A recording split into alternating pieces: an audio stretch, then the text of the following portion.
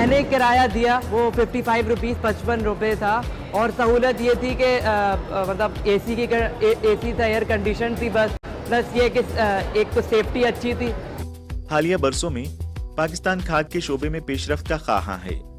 امید ہے کہ اس سے کاشتکاری کی پیداوار اور گوشت کے معیار میں بہتری آئے گی تاکہ لائف سٹاک اور گوشت کی مصنوعات کی قیمتوں کو کم کیا جا سکے. پاکستان چینی فیڈ انڈسٹری کے تجربے سے بھی سیکھ رہا ہے. میں سیاحت, تجارت اور ان شعبوں میں زیادہ تعاون دیکھ رہی ہوں جہاں ہم نے پہلے تعاون نہیں کیا. پاکستان اور چین کے درمیان قریبی, مسلسل اور زیادہ اعلیٰ سطحی تعاون ہونے جا رہا ہے.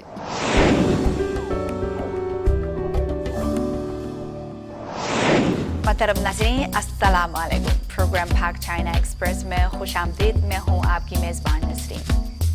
سنگ بنیاد رکھنے کے 6 سال بعد کراچی میں green line bus rapid transit service کا آغاز ہو گیا ہے. سرجانی ٹاؤن سے نمائش چورانگی تک کے روٹ میں 80 بسیں چلائی جائیں گی. پبلک ٹرانسپورٹ کو اصلاحات کا ایک اہم محرک سمجھا جاتا ہے تو اس لیے گرین بس بلا شبہ مقامی پبلک ٹرانسپورٹ سسٹم کی اپ گریڈنگ میں اہم کردار ادا کرے گا. آئیے ایک نظر ڈالتے ہیں.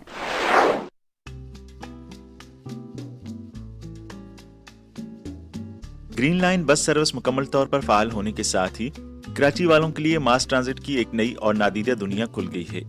صبح 7 بجے سے رات 10 بجے تک تقریباً 80 بسوں کو نمائش سے سرجانی ٹاؤن کی طرف جاتے ہوئے دیکھا جا سکتا ہے. گرین لائن بس میں سفر کرنا بہت آسان ہے, بہت ایزی ہے. بہت ساری فیسلٹیز ہیں.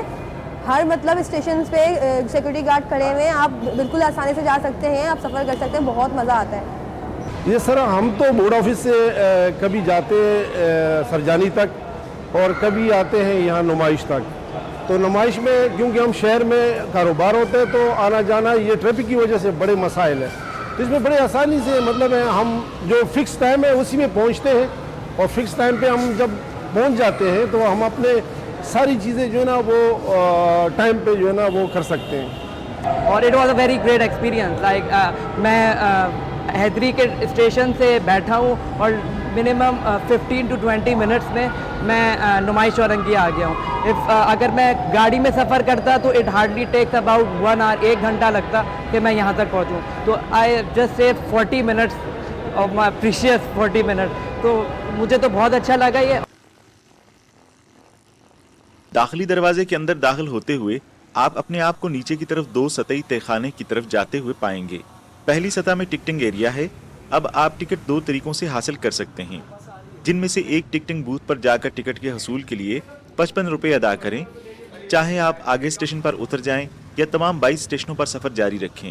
لیکن ایک اور بہتر اور اقتصادی طریقہ یہ ہے کہ 100 روپے کا کارڈ خریدا جائے جسے ریچارج کیا جا سکتا ہے.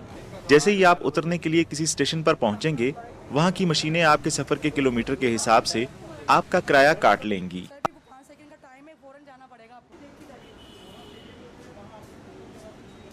کرایہ دیکھو کتنے, ایک ٹکٹ پیپر ہے اور ایک کارڈ پر ہے. 2 قسم کے ہمارے پاس مطلب ٹکٹ ہے نا.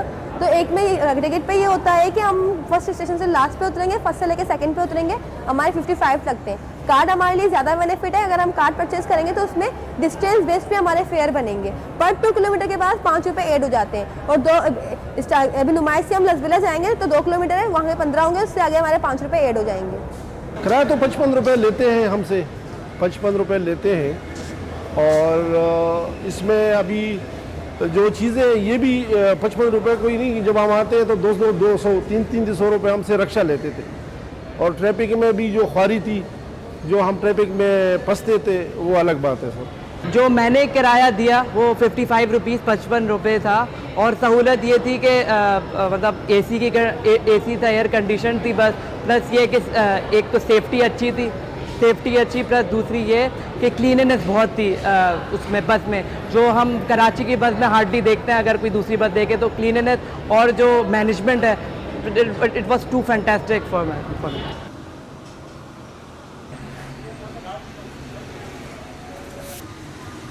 دریں اثنا ایک اور سطح نیچے جا کر آپ اپنی بس پکڑ سکتے ہیں جو اسٹیشن پر صرف 2 سے 3 منٹ کے لیے رکتی ہے. یہ 21 کلومیٹر کا وقف شدہ ٹریک ہے जिस पर आपको हर स्टेशन के 800 मीटर के साथ एक स्टेशन मिलता है। इस वक्त 22 स्टेशन काम कर रहे हैं। बस और मुआवन इंफ्रास्ट्रक्चर ने सफर के वक्त को कम करके मुसाफिरों के मयार जिंदगी को बेहतर बनाया है।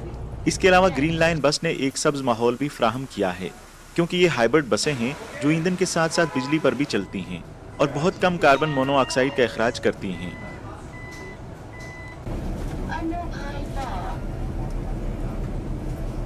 कराची की जो ट्रांसपोर्ट का प्रॉब्लम है वो आपको पता है कि बहुत बड़ा शहर है और उसकी पॉपुलेशन भी बहुत ज़्यादा है। एरिया वाइज पॉपुलेशन वाइज ये शहर बहुत बड़ा है, तो इसकी जो ट्रांसपोर्टेशन की ओवरऑल रिक्वायरमेंट है वो काफ़ी ज़्यादा है। इसलिए एक लाइन से हम बहुत ज़्यादा नहीं एक्सपेक्ट करते कि वो कराची के ओवरऑल पूरे प्रॉब्लम को सॉल्व करेगी, बट ये कि एक बहुत बड़े सेगमेंट को कराची के एक अच्छी सर्विस देगी और ये सबसे बड़ी बात बाकी आने वाली सर्विसेज के लिए एक बहुत बड़ा एग्जाम्पल और प्रेसिडेंट सेट कर देगी। ये 18 मीटर लंबी स्ट्रेच इकार्डियन बस, जिसमें 150 मुसाफिरों की गुंजाइश है, जिसमें बैठने और खड़े होने की जगह शामिल हैं, चोंगथंग कंपनी ने फ्राहम की हैं, जो चीन में सबसे बड़ी और इब्तदाई फहरिस्त की बसें तैयार करने वाली कंपनियों में से एक है। 2017 में इसकी हाई एंड बसें पाकिस्तानी मार्केट में दाखिल हुई। 2020 में इसने कराची में 100 BRT बसों की बोली जीत ली, जिसने हाई एंड इंटरसिटी बस और सिटी बस मार्केट दोनों में अपनी मौजूदगी जाहिर की है। 中通客车呢，这次中这个中标这个项目以后呢，然后也是充分考虑了 मकामी सड़क की हालत के पेश नज़र चोंगथंग बस खास तौर पर ढलवानों पर चढ़ते वक्त अपने पावर सिस्टम को अच्छी कारकर्दगी के लिए बेहतर बनाती है। इसके अलावा हल्के वजन के डिज़ाइन और चोंगथंग 4th generation energy saving control technology के ज़रिए बसों की ईंधन की बचत की शरह ज़्यादा से ज़्यादा 35% तक हो सकती है। गाड़ी 118.4 किलोवाट बैटरी से भी लैस है। एक दफ़ा चार्ज करने पर हर बस महज बरकी तवानाई से 98 किलोमीटर तक का सफ़र तय कर सकती है। जेफरी ने मजीद वजाहत की कि चोंगथंग पब्लिक ट्रांसपोर्ट प्लेटफार्म की ये नई किस्म कराची के शहरियों को ज्यादा आसान और मसनूई जहानत से लेस बेहतरीन सफरी तजर्बा फराहम करेगी। 除了动力系统外，根据卡拉奇对车辆 ग्रीन लाइन और ऑरेंज लाइन के तमाम स्टॉप्स टिकटों की फ़रोख्त और चेक इन की जदीद सहूलियात के साथ डिज़ाइन किए गए हैं और गाड़ियाँ मसनूई जहानत से लेस आलात रखती हैं, बशमूल ओमनी डायरेक्शनल CCTV कैमरे, ऑन बोर्ड वाईफाई, खुदकार स्टॉप ऐलान, ऑनलाइन मॉनिटरिंग, ऑडियो विजुअल तफरीही सहूलियात वगैरह। प्रोजेक्ट के बाद के मरहले में हम मकामी पब्लिक ट्रांसपोर्ट सर्विसेज को बेहतर बनाने के लिए मसनूई जहानत से लेस और जदीद सिस्टम्स को भरपूर तरीके से फ़रोग देंगे। चोंगथंग बस 1000 बसों की सालाना पैदावारी सलाहियत के साथ प्रोडक्शन लाइन बनाने के लिए पाकिस्तानी एजेंटों के साथ ताउन कर रही है। मुस्तकबिल में आला दर्जे की बसें मुकामी तौर पर तैयार की जाएंगी, जो मजीद मुलाजमतें फराहम कर सकेंगी। चोंगथंग बस के अलावा ज्यादा से ज्यादा चीनी बसों और मुसाफिर कारों के ब्रांड्स ने हालिया बरसों में पाकिस्तान में CKD यानी मुकम्मल तौर पर नॉकआउट ताउन का आगाज किया है और उम्मीद की जा रही है कि इस शोबे में बाहमी तौर पर ज्यादा फायदेमंद ताउन होगा।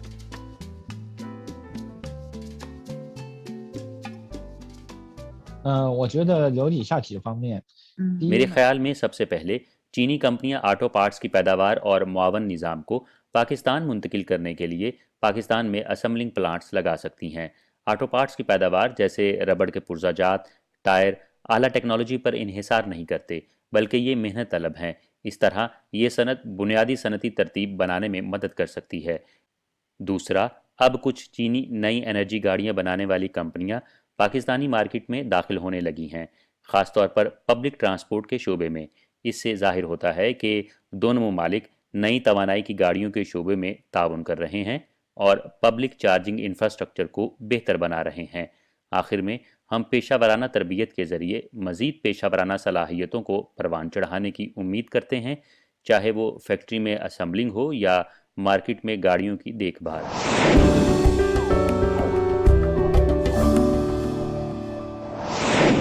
नाज़रीन, पाकिस्तान बकरी और गाय के गोश्त का एक बड़ा सारिफ मुल्क है। गोश्त ख़ास तौर पर मटन की कीमत गुज़श्ता साल के मुकाबले में बहुत ज़्यादा बढ़ गई है और ईद के मौके पर मटन की कीमत दुगनी से भी ज़्यादा हो गई थी। कीमतों में इजाफे की वजह क्या है और मार्केट की तलब और रसद की क्या सूरत हाल है? कीमतों को ज़्यादा माकूल हद तक रखने के लिए मुस्तकबिल में क्या इक़दाम करने होंगे? आइए देखते हैं रिपोर्ट। 2021 में FAO मीट प्राइस इंडेक्स में 2020 के मुकाबले में 12.7% इजाफा हुआ। बड़ी इकसाम में दुम्बे के गोश्त की कीमतों में सबसे ज्यादा इजाफा रिकॉर्ड किया गया, जिसके बाद गाय का गोश्त आता है। कीमतों में इजाफा पाकिस्तान में भी नुमाया तौर पर देखा जा सकता है। सुबह से आए हुए हैं, बकरा लेने के लिए आए हैं।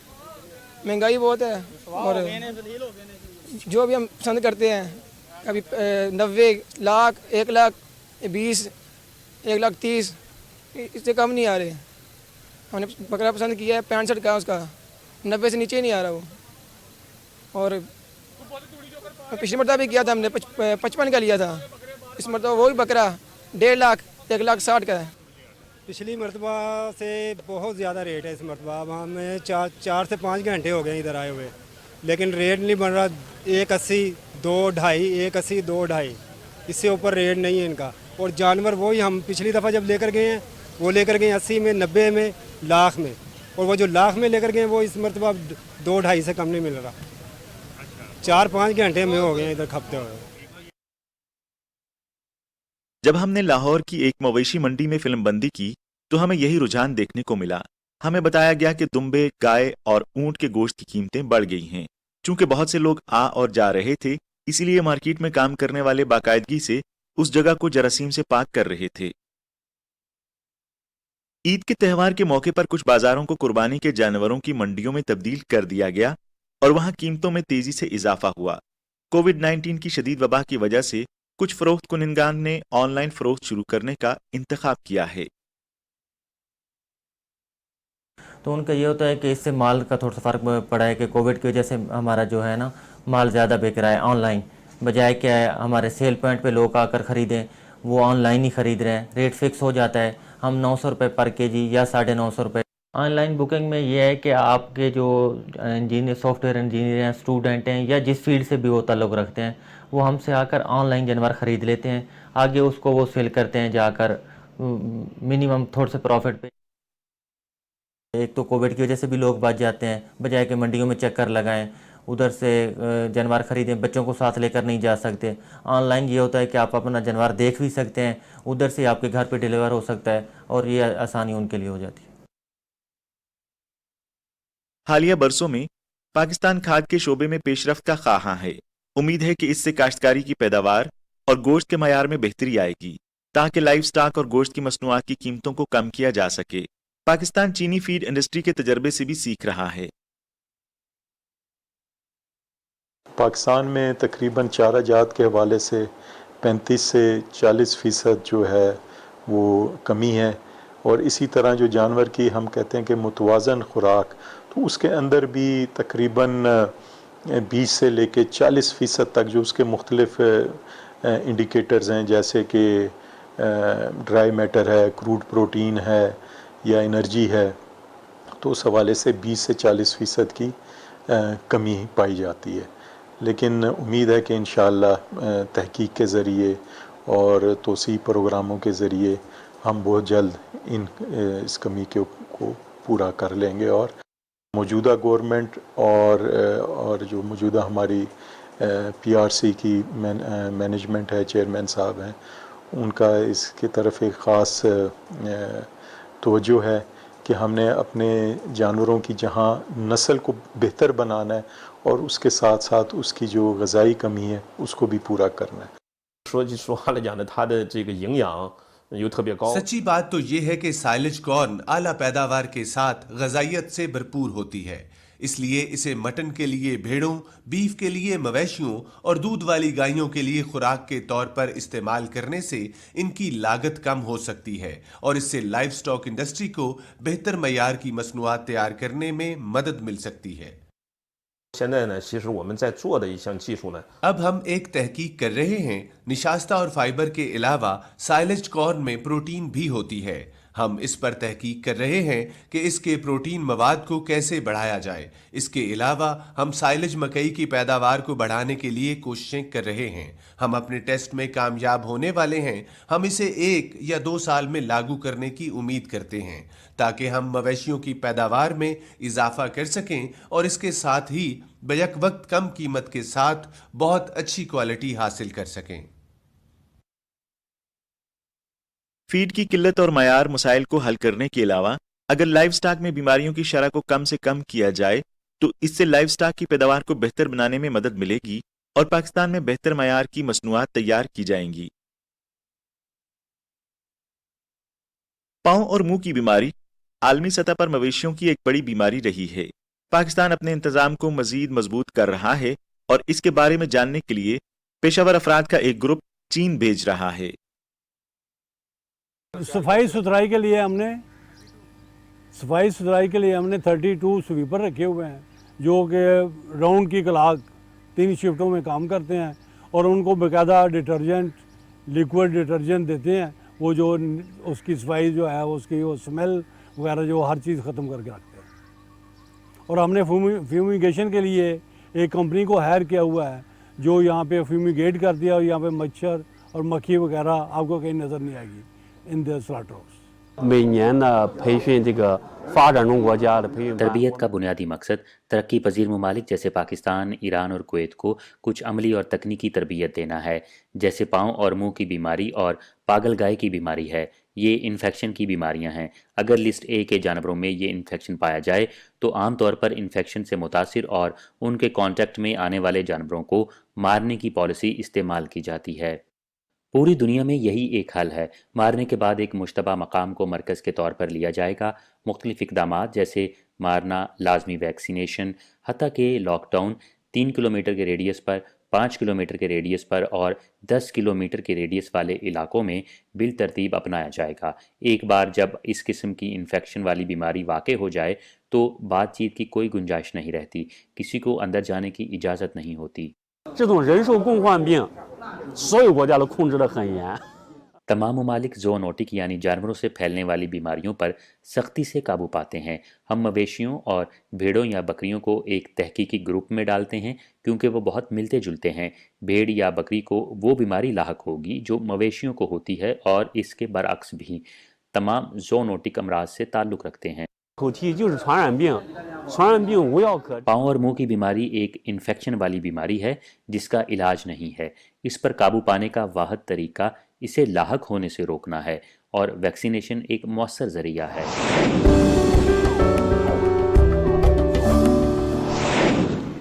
All Pakistan China friendship association सन 1978 में साबिक पाकिस्तानी सफ़ीर जनाब मुमताज़ अली अलवी ने कायम की थी। गुज़श्ता 4 दहाइयों के दौरान ये एसोसिएशन पाक चीन रवाबित और तावन को बढ़ाने के लिए कोशिश करती रहती है। आज के प्रोग्राम में हम एसोसिएशन की जनरल डायरेक्टर मोहतरमा फरवा जफर साहिबा से आपको मिलवाते हैं। APCFA के बानी मुमताज़ अली अलवी 1973 से 1978 तक चीन में सफ़ीर रहे। यही वो दौर है जिसमें बड़ी पॉलिसी तब्दील हुई और स्ट्रेटेजिक पार्टनरशिप और दो तरफा ताल्लुकात परवान चढ़े। एसोसिएशन की कहानी से शुरू करते हुए फरवा ने मुमताज़ अली अलवी की कहानी सुनाई। सफ़ीर मुमताज़ अली अलवी इस आवाज़ का एक बड़ा हिस्सा थे जिन्होंने चीन को एक दोस्त पड़ोसी मुल्क के तौर पर देखा। चीन जाने से पहले भी उन्हें चीन का जुनून था। जब वो पाकिस्तान के सेक्रेटरी खारजा थे तो वो सिर्फ चीन में बतौर सफ़ीर जाना चाहते थे। जब वो वापस आए तो उन्होंने पहले से ही लोगों को इकट्ठा करने का ख्वाब देख लिया था। उस वक्त 70 की दहाई में मुतहरिक जज्बा वो चीज़ थी जिस पर उन्हें ज़्यादा तवज्जो देने की ज़रूरत महसूस हुई। स्ट्रैटेजिक पार्टनरशिप के ज़रिए हुकूमतों को करीब करने के अलावा वो ये भी चाहते थे कि ज़्यादा से ज़्यादा चीनी लोग पाकिस्तान आएँ और एक दूसरे के साथ खुलकर रब्ता करें। वो सकाफत और सफारतकारी के अलावा दोनों ममालिक के अवाम के दरमियान पुल के तौर पर काम करना चाहते थे।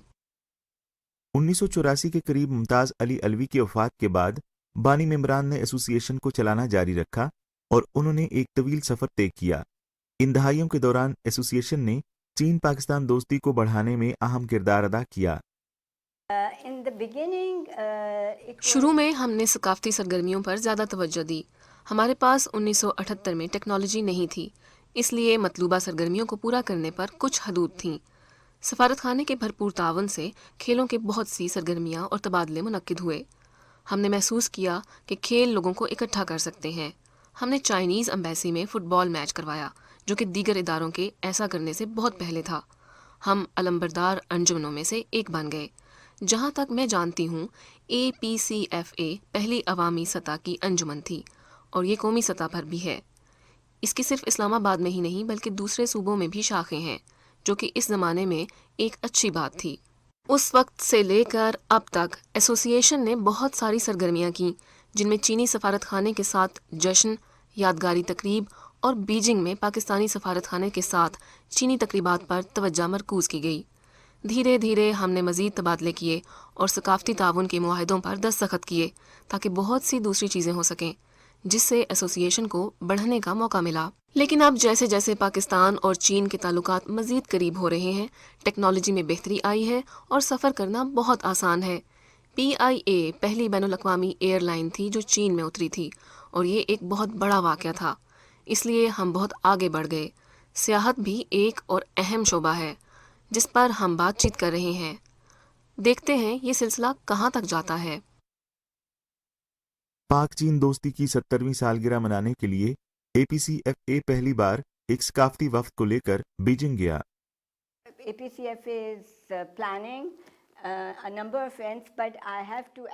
ہمارے پاس چین جانے کے لیے ایک 18 رکنی مندوب تھا جسے طلباء، فنکاروں، اساتذہ اور دیگر چینی ماہرین نے تشکیل دیا تھا. یہ ایک بے حد منظم اعلیٰ سطحی تقریب تھی جہاں بیجنگ کے میئر، ڈپٹی میئر نے تقریب میں شرکت کی، اور ہم نے بھی اسی طرح کی جڑواں دوستی ایسوسی ایشن، چائنا پاکستان فرینڈشپ ایسوسی ایشن کے ساتھ تعاون کیا. ہمارے بہترین تبادلے ہوئے جہاں ہمارے طلباء نے دوسرے چینی طلباء کے ساتھ چینی ماسک اور پینٹنگز بنانا سیکھیں. ہماری اپنی پرفارمنس بھی تھی. یہ وہ چیز تھی جو ان کے درمیان دوستی کو جاری رکھے ہوئے ہے، اور ہم ایک دوستی ڈائری کر رہے ہیں جس کی تجویز چین کی وزارت خارجہ نے بھی دی تھی. ہم نے بہت سی ویبینارز بھی منعقد کیے ہیں اور ہم نے دوستی کے سفر پر ایک دستاویزی فلم بنائی ہے. APCFA کا قیام اس وقت ہوا جب فروا کی عمر تقریباً 10 سال تھی، لیکن چین کے ساتھ اس کی کہانی اس سے بھی بہت پہلے شروع ہوئی تھی. انٹرویو کے آخر میں اس نے چین کے بارے میں اپنے تاثرات بھی شیئر کیے، جو کہ برسوں کے دوران اس کی ماورائی تبدیلی کی چشمدید گواہ ہے. میں اپنے والدین کے ساتھ 9 عمری میں چین پہنچی. پہلے میں ہانگ کانگ گئی جہاں میرے والد ایک کونسلر جنرل تھے، اور چند ماہ بعد میں سردیوں کی ایک سرد رات بیجنگ پہنچی، اور میرے خیال میں یہ محبت اور دوستی کے سفر کا آغاز تھا. جب میں 1973 میں پہلی بار وہاں گئی تو میں نے بیجنگ میں ہر ایک کو سائیکل پر ان سوٹس میں مردوں اور عورتوں کو دیکھا. صرف ایک ہی چیز جس کے ذریعے آپ فرق کر سکتے ہیں وہ تھی بالوں کی ایک کسی ہوئی چوٹی جو لڑکیاں استعمال کرتی تھیں. یہ اس وقت کا ثقافتی تاثر تھا. اب واقعی ہی دوسری صورت میں نہیں دیکھ سکتے تھے. کہیں اونچی عمارتیں نہیں تھیں.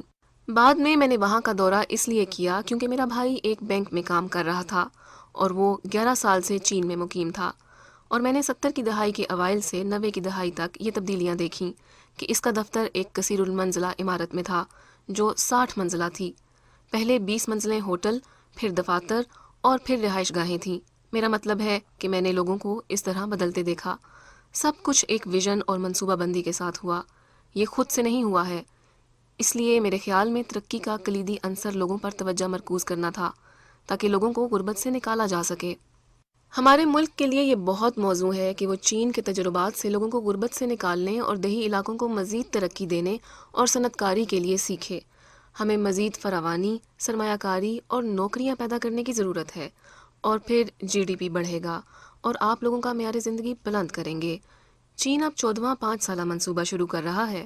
بہت سے ایسے تجربات ہیں جن سے سیکھا جا سکتا ہے، جیسا کہ انہوں نے غربت کا خاتمہ کیسے کیا. حتیٰ کہ CPEC میں بھی میں سیاحت، تجارت اور ان شعبوں میں زیادہ تعاون دیکھ رہی ہوں جہاں ہم نے پہلے تعاون نہیں کیا. پاکستان اور چین کے درمیان قریبی، مسلسل اور زیادہ اعلیٰ سطحی تعاون ہونے جا رہا ہے. ناظرین، پروگرام پاک چائنا ایکسپریس دیکھنے کا بہت شکریہ. اگلے ہفتے ملیں گے. خدا حافظ.